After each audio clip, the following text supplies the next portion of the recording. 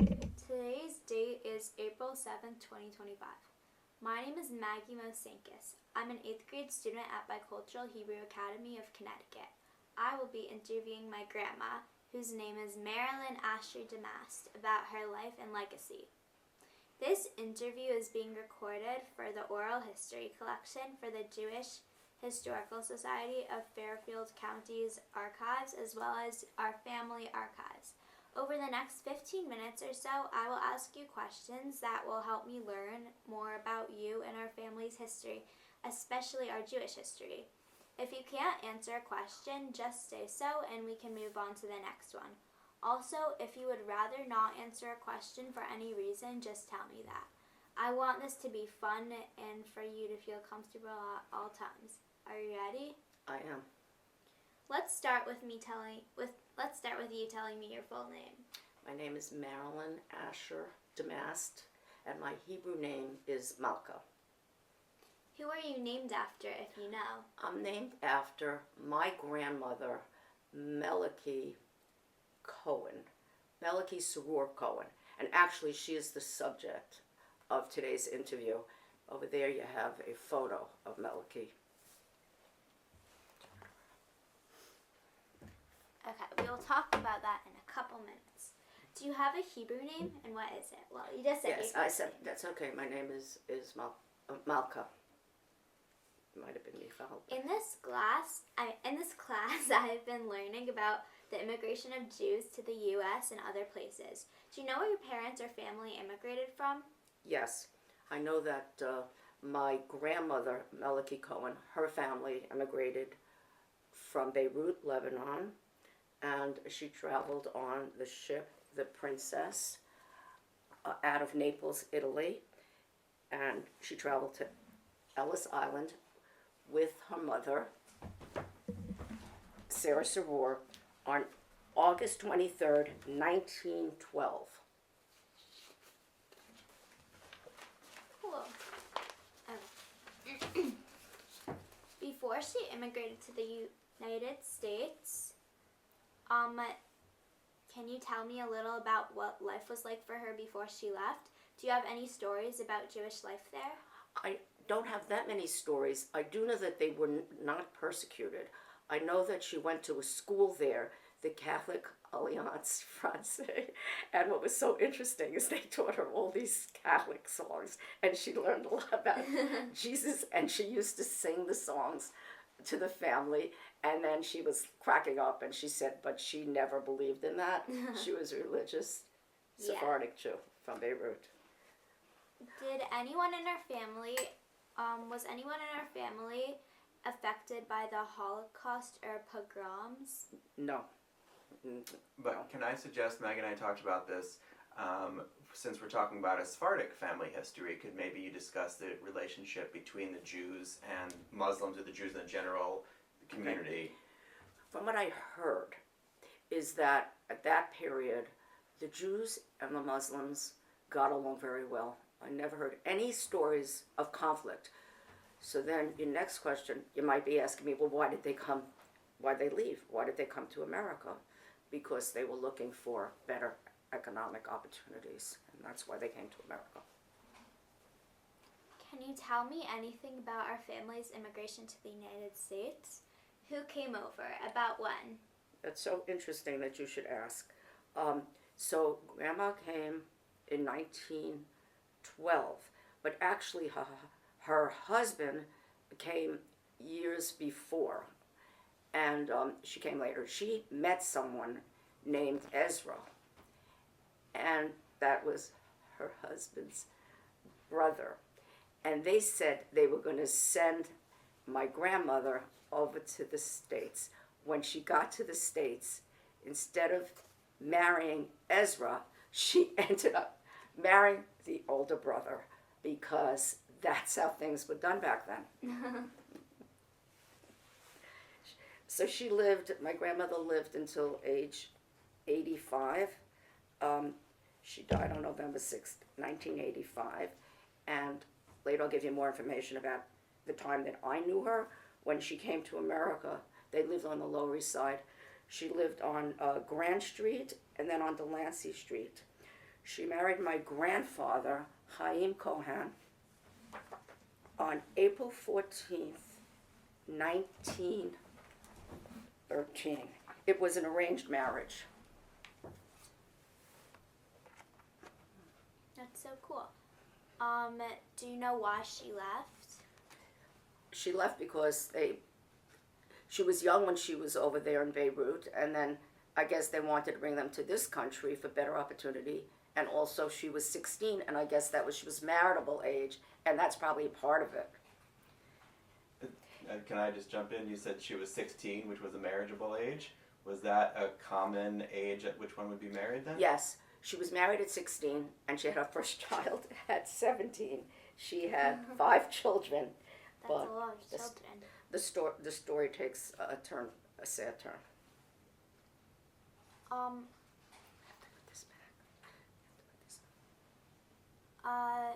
Do you want to share about what the sad turn is? It's okay if you don't. Yes, it's okay.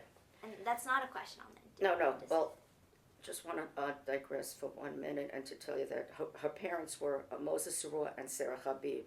She came over on that ship with her mother. I don't know about her father. And I don't have it, but they know this because of her marriage certificate, which took place on April 14th, 1913. When she came here, her mother was 50, and she was 16. And then your question, I forgot your question. Oh yeah, she had siblings, and her siblings, she had Teddy Sarur and several other families, which I never knew them, but I had first cousins, and I knew that they were my mother's relatives. I think Maggie had asked, you mentioned that the story took a sad turn, and she wanted to give you a chance to talk about that. All right, okay. Well, when my grandmother was 27 years old, and she had those 5 children, her father passed away at the age of 33. Oh no. Was that considered a young age? He Like died of either a paralytic stroke or a heart attack. Oh no. So she was 27 years old, she was widowed, and she had 5 children. This is your great grandfather? This was My grandfather. your grandmother's husband, your grandfather, right? Okay, Oh, right. I thought I you think were she said it talking wrong. about Oh. Melika's grandfather. No, I think we're talking about Melika's Melika's husband. father. Yes. So she was left at age 27 with 5 kids? 5 kids. And she managed, they had a house. And actually, my grandfather, tell the picture again, was part of a business called the Oriental Jobbers. And we know about it because we have a history from a book called Magic Carpet, Aleppo, and Flatbush. And it talks about the various businesses that the Sephardic men were involved in. So here, it talks about this one business called Oriental Jobbers, where most of the Aleppians worked. In fact, my other grandfather, paternal, was the administrator, financial administrator of this group, but this grandfather, who died very young, he was in this business.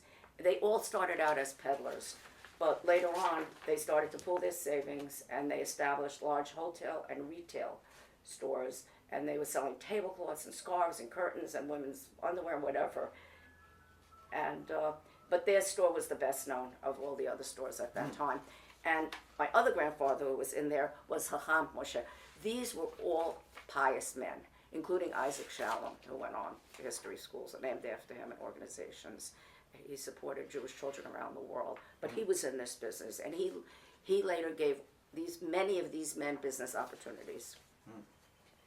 This is all great information, but we're going to get a chance to talk about the interview in just a couple seconds. But I just have a couple more questions. Do you know where she entered the country? Wait, did we just talk about that? Yes, we just said she entered in Ellis Island. Ellis Island. Right, yeah. in 1913. And on the ship was called the Princess, Z-E-S-S, not Princess. Huh. We have records to prove it. Princess. Yes, Princess. And she came in through Ellis Island with her mother. Yeah. Where did she first settle? Okay, she first settled on the Lower East Side on Grand Street, and then they moved over to Delancey Street, and then they moved to, the business was on Allen Street, and then eventually in the 1920s they moved to Bensonhurst, Brooklyn. What did the business do? I just mentioned to you it was called the Oriental Jobbers, and it was successful, and he did, Chaim, my grandfather Chaim, who I obviously never met, they did buy a house. Well, he had a lot of children, and then they had, my grandmother and my grandfather had 5 children. And here's a picture. And one of them was Sarah, your mother? Yes, Jeff.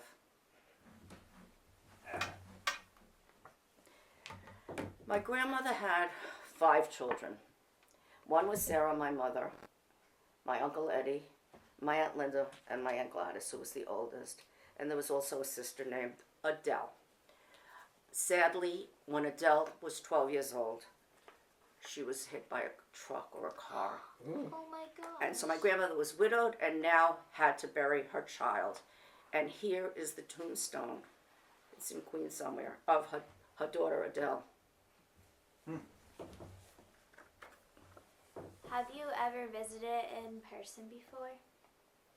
Visited where? Where? The tombstone?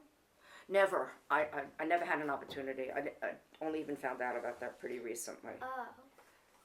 So this would have been one of your aunts or great aunts?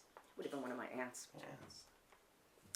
I actually think that my sister had a sister named Sidel. Mm-hmm. I think when my mother It's named Sidel's her, name. she was named for her paternal grandmother, Salcha in Hebrew or Arabic, but also my sister name wasn't like Sally like all the other cousins, but Sidel, because I think my mother was naming for her lost perished sister.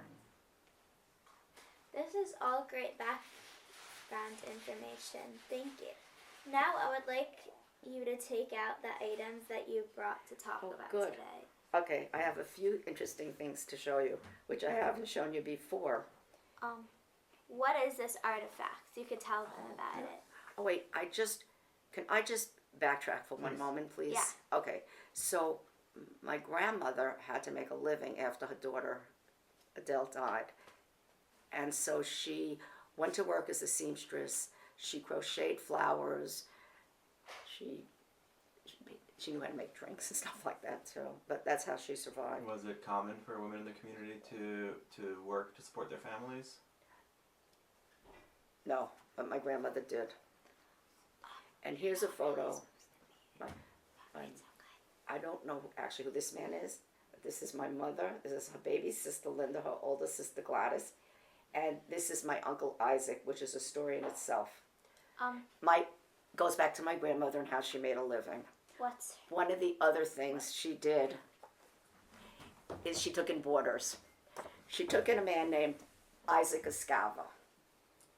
She took in Isaac, and turns out he wanted to marry my grandmother. And she had all the children and everything. My grandmother said, no, you marry my daughter Gladys. And the rest is history. So you originally wanted to marry Gladys' mom? And Isaac had children, all Sadiqim. I'm not going to go there. All Sadiqim. Some of them, my cousins, some of them are alive today. Can I see the picture for a second, guys?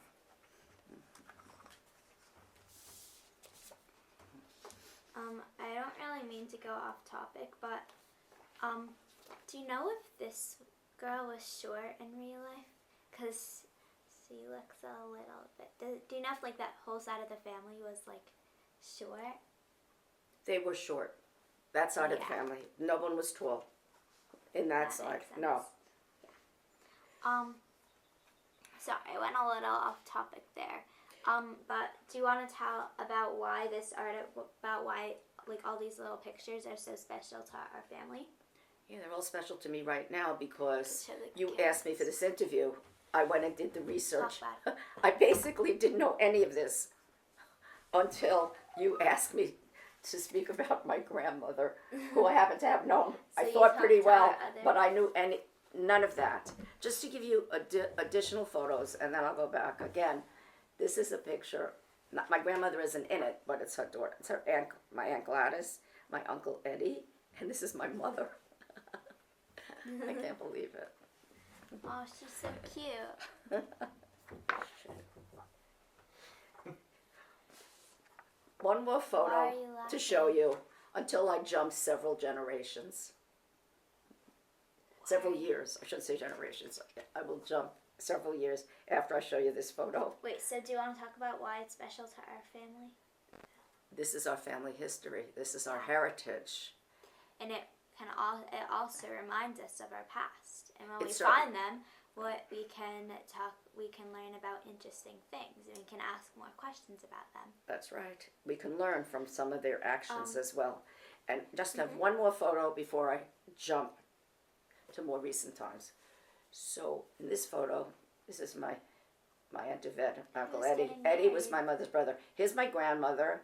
Here's my father, my mother, my older sister, Sidel is her name, and here's my brother Morris. Oh, who's that little And girl? that one is, Is I you? think it was my cousin Reggie. I'm pretty sure. Auntie Gladys's daughter. She had a couple of sons, then a daughter, and then she has a surviving another daughter. Have you ever met that cousin before? I know those cousins. I knew all of them. We shared. You asked what was special. We shared family seders with them, with my grandmother and that family, my Aunt Gladys and her children, and they were very, very special times for me. Kind of like our family Seder. Yeah. So, do you know how old these pictures are? Well, I would say some of them date from the early 1900s, because my Wow, that's a long grandfather time ago. passed in, I don't know, when he was when he was 20, when he was 35. My grandmother was 27, so that's when he passed. I never met him. He passed in the 30s, and then in the 1930s. I never ever met him. And how did you acquire these photos? I acquired these photos by doing a little bit of research and speaking to someone in my family who happens to be the family genealogist. She's my cousin, and her name is Merle, and she is named for Grandma Melika, the person that you interview is about. So, This girl. let's get to more modern times. Okay, so these artifacts are these photographs are kind of our artifact because there's a separate section for family photographs. So, yeah, we asked a lot of these questions. So do you want to explain like when these are from, if they're from an event or something? Yes. Like what was happening Well, in these the pictures? older picture I showed you was my Auntie Vet's, that black and white from her From her wedding? wedding, and my older two siblings show were it to the alive, and camera? they were in that picture. No, the Down worst there, one. that one. That was my Aunt Yvette's wedding, and my siblings, my two oldest siblings were there. So, I was born in 1951, and I had the pleasure of knowing my grandmother until 1985, and we shared many wonderful times, happy days together. She actually lived with my family 3 months a year. When she became widowed, and she sold that house, she ended up living with her children. She lived 3 months a year in California with my Aunt Linda, 3 months a year in New Orleans with my Aunt Yvette and Uncle Eddie, and with my family on Ocean Parkway. Then she was very strong and very brave, because at the age of in 1965, she said, I want to be independent. She was meticulous. She was the best housekeeper. She bought an apartment on Ocean Parkway, and we called it a senior building. It was a regular apartment building, but a lot of her contemporaries lived there, so she had the benefit of having her relatives nearby and her family nearby. So that's where I come into the picture, because she knew me when I was born, but I just want to show you this photograph of my grandmother at my wedding with my mother. Here, I'll help you lift the book. It's if you very want. heavy. I didn't want to take it out because This is what it looks like. And this girl is my grandma when she got married. This is you. Okay.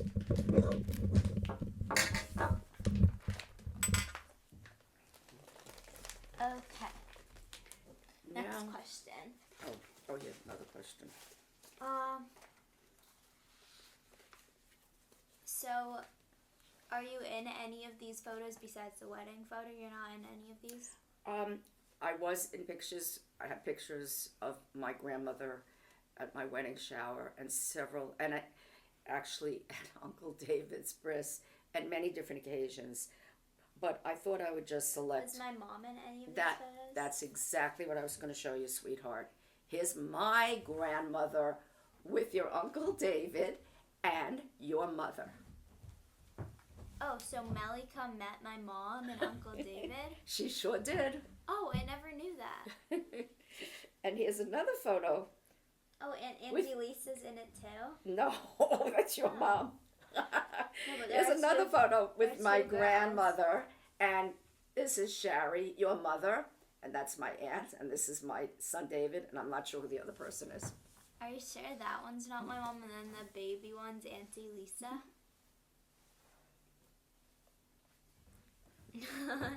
Is it by any chance like Sari? Maybe it's Sari? What about Sari? Like in that photo? No. Oh, maybe, but I'm not. I don't think so because that photo was of my Aunt Linda, my mother's youngest child, who lived out in California and had a daughter named Marilyn, who I was very close. I'm still very close with. And you guys have the same name. Because we're named after the person that we are talking, the subject, Melika. Melika, or Maliki, however you want to pronounce it. How old was she in this picture? How old was Melika in that picture? She was in her 60s, I would say, in that photo. Oh, okay. Moving on to the next subject.